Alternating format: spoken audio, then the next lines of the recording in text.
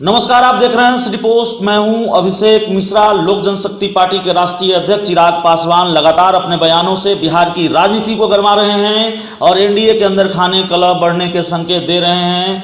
कई बयान हैं चिराग पासवान के जिससे ये अंदाजा लगाना बिल्कुल आसान है कि एनडीए के अंदर खाने भी विधानसभा चुनाव की सीटों को लेकर खींचतान शुरू हो गई है। पहले नेतृत्व पर सवाल उठाते हैं चिराग पासवान और ये कहते हैं कि बीजेपी को फैसला करना है बिहार में एनडीए का नेतृत्व कौन करेगा।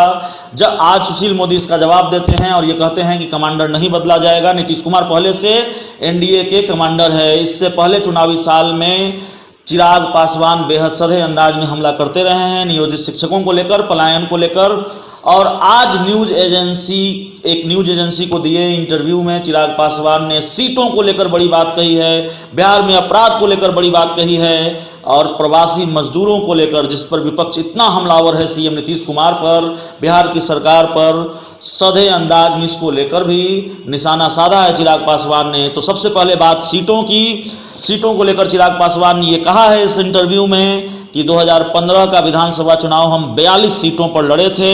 इस बार भी स्थिति यही होनी चाहिए। अगर एनडीए एकजुट होकर चुनाव लड़ता है तो 243 में से 225 सीटों पर हमारी जीत होगी, यानी एनडीए की जीत होगी।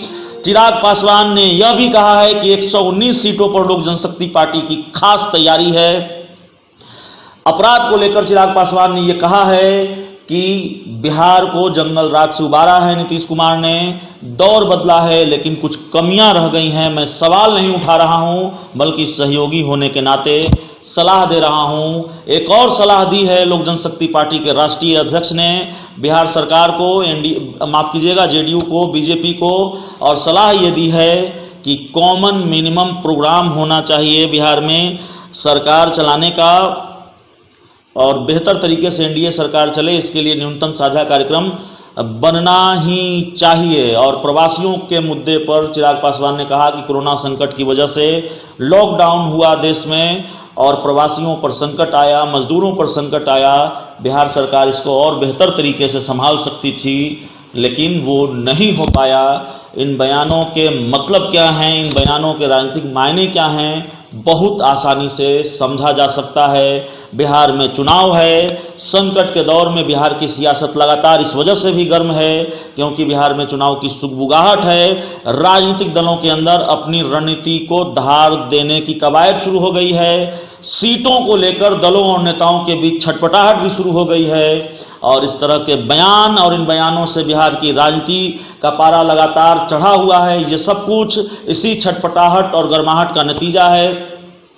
तो बड़ी खबर, बड़ा बयान लोक जनशक्ति पार्टी के राष्ट्रीय अध्यक्ष जो एनडीए के सहयोगी हैं बिहार में उनका, कि 42 सीटों पर 2015 में चुनाव लड़े थे, इस बार भी स्थिति यही होनी चाहिए। तो डिमांड रख दी गई है। कई सवाल भी उठाए गए हैं प्रवासियों को लेकर, बिहार में अपराध को लेकर, और जाहिर है आने वाले दिनों में राजनीति किस दिशा में जा रही है ये समझना बहुत आसान है।